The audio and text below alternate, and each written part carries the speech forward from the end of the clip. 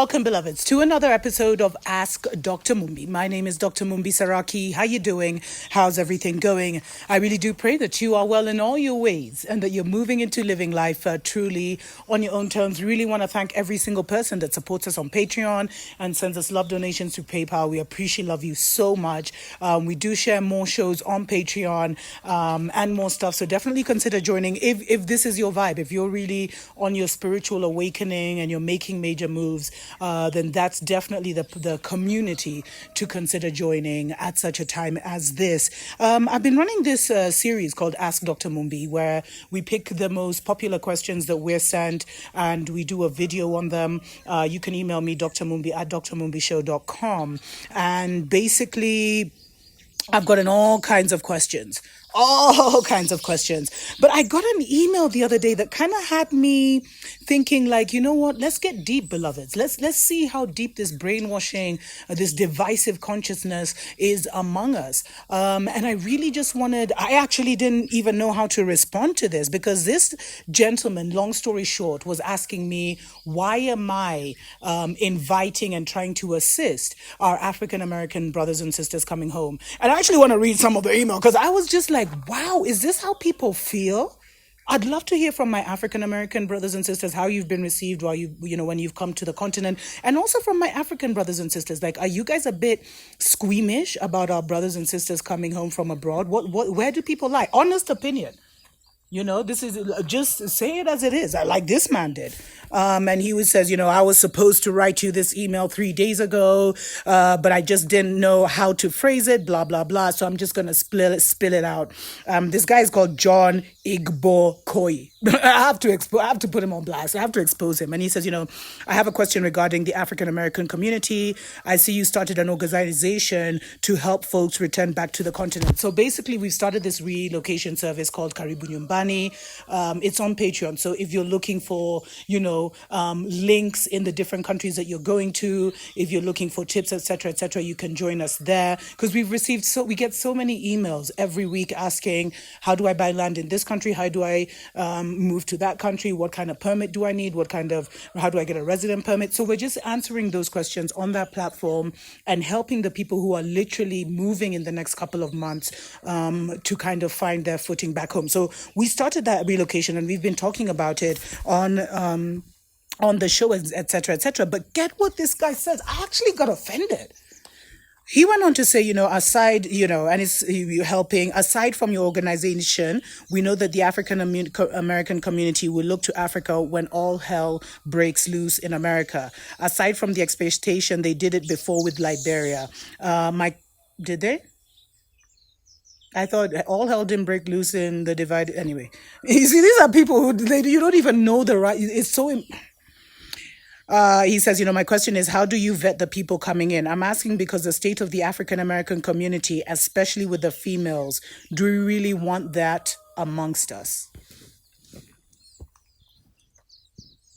Now, on the one hand, beloveds, this is why I keep saying we don't control our narrative. So it keeps mashing the weak ones among us.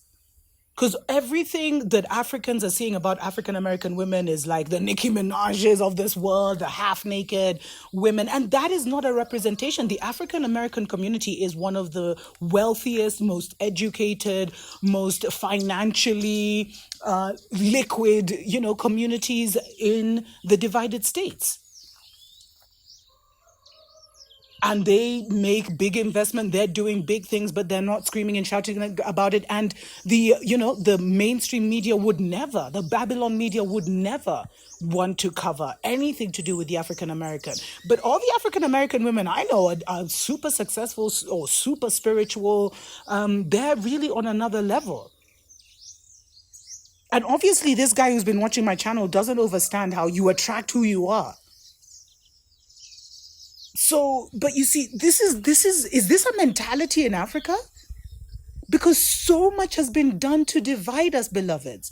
And I'll do an extra show because there was even a paper that was written during Carter's presidency, which was when there was a big revolutionary movements happening in across Africa, and also at the same time, the African American, the Martin Luther Kings and the Black Panther movement, etc., the Malcolm X's, that was also becoming big. And they did everything to make sure that these two did not unite. They kept them separate. And it's been systematically like that. And that's why I keep saying, beloveds, we need to be the ones who are feeding our minds. We're not. And that's why someone would even sit down and let this give him sleepless nights. He's really worried about the twerking black African American women coming to Africa. Like those are, and I actually asked him, "Are you worried of what? I because I was kind of rude. I mean, the exchange did not end well. Let me just put it like that." And I asked him, "What about the Lebanese who are moving here in massive numbers? The Indians who are moving here in massive numbers? The Mzungus who have already set up their bunkers across Africa, and they've got all these people have their military so that their people will be safe. Like, what about that? Have you focused your energy on that?" And he's like, "No. When the dust settles, the African Americans may try and dominate us." And you see, this has so many levels, and I know people are going to get all kinds of emotional, but it's good for us to recognize that. And I've done a special show actually for my KARIBU NYUMBANI family. That's what the channel is called, KARIBU NYUMBANI. You can find the links below. And KARIBU NYUMBANI basically means like welcome home. But I've done a special show on that. Like, not everyone will welcome you with open arms. It's just like when an African goes to the divided states. Not every African American welcomes us with open arms, because they're either thinking we're the ones who sold them to slavery, or we did this or we did that, so or whatever.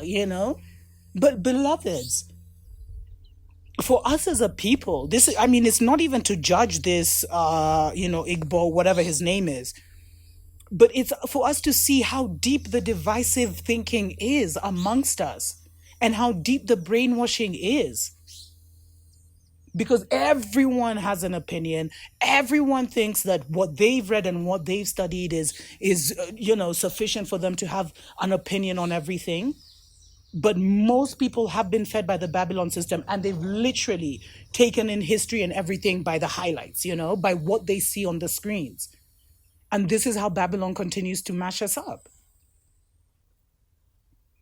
I was actually quite shocked. I'm actually really looking forward to hearing your comments, because I would love to do a follow-up video. Like, are the issues that deep? Because, I moved to the village, and even though I'm Kenyan, the villagers think you're either Jamaican, African American, or if the closest to Africa, maybe South African, something like that. But they don't think I'm Kenyan, even though Mumbi is the mother of the nation. Like, that's what Mumbi means. So it's just like, but I've never felt the tensions that I do. And I speak Kikuyu, I speak Kiswahili, but there's still that thing where they think, but I've never felt those tensions. It's just that they just laugh at the way I speak Kiswahili and Kikuyu. And maybe that's because I'm in the village, that I'm not having that. But it shows you that one of our greatest obstacles will be the people in the city, beloveds. The people who have totally absorbed into their mind, into their subconscious, everything Babylon fed them, and there's no filter to know what is the reality and not. And the untraveled, who feel like they know about the world because of what they've seen on TV. It's absolutely insane. Let's take a short break. We'll be right back.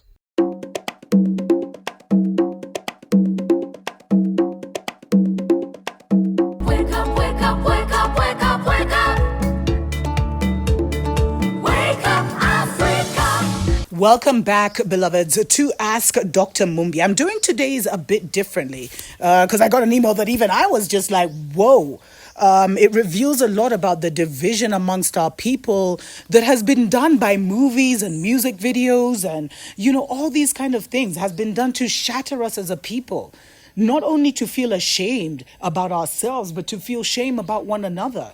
And to try and be, those people are down there, all these things that divide us as a people. When we're at war, we don't have the luxury to entertain some of these things. But I really wanted to hear from you, from this community. Like, is this guy saying the truth? Do you feel, I know it's his truth, but is this how the majority of our people feel?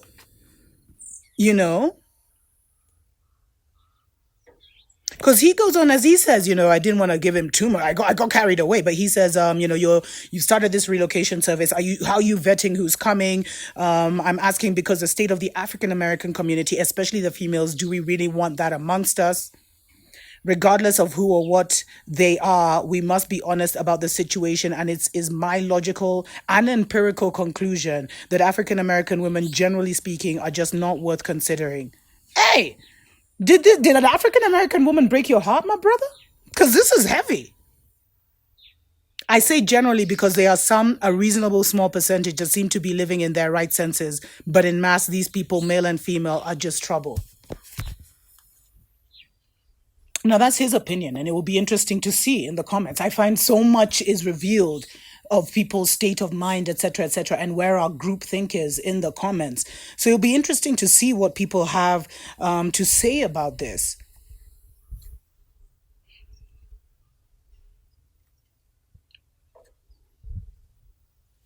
And that's why I'm saying we all have so much work to do. Not only this John Igbo, but all of us have so much work to do on ourselves, beloveds, to stop any of the the Babylon poison from entering our minds and dictating our thinking. Like, this is a real concern. I'm not putting his concern down. This is a real concern of his, but has he ever traveled to America? How many African American women has he actually physically interacted with?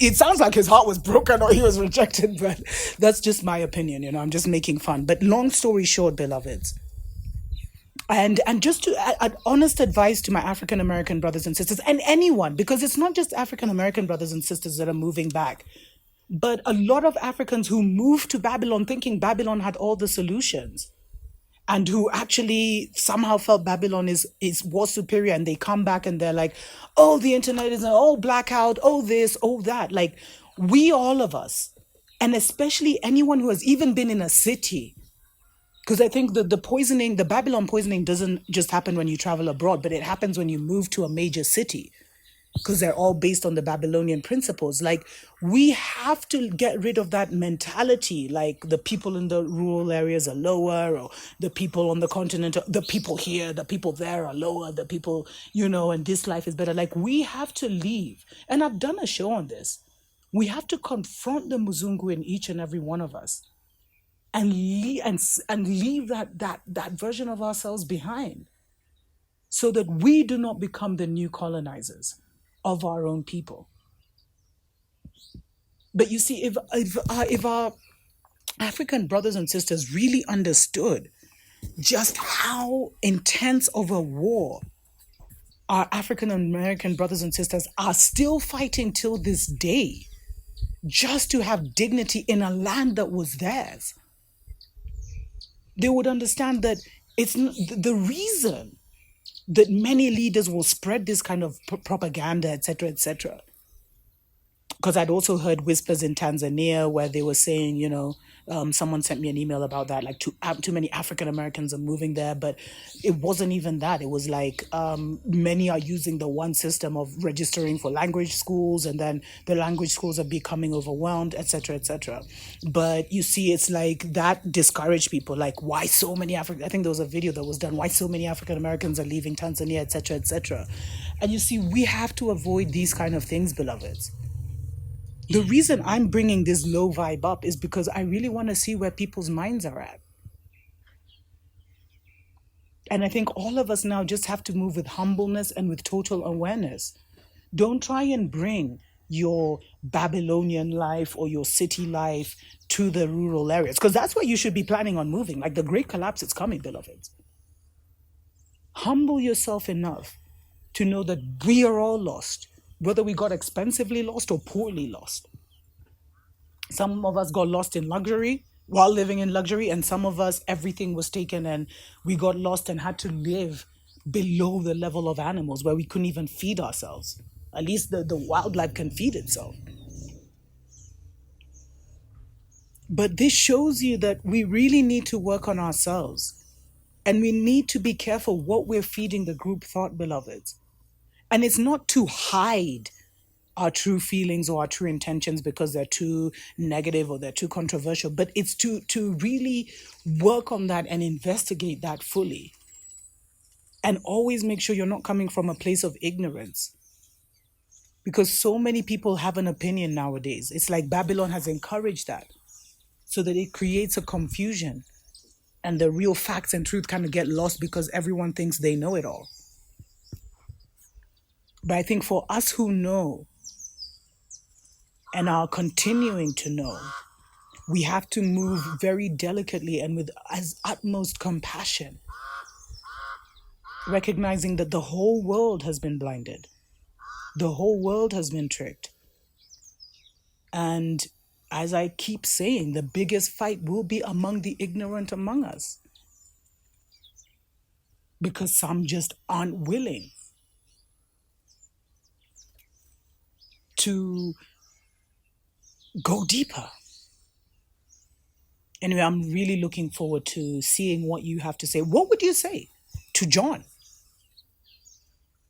as an African? I mean, I'm not shooting him down, although I did shoot him down in the email.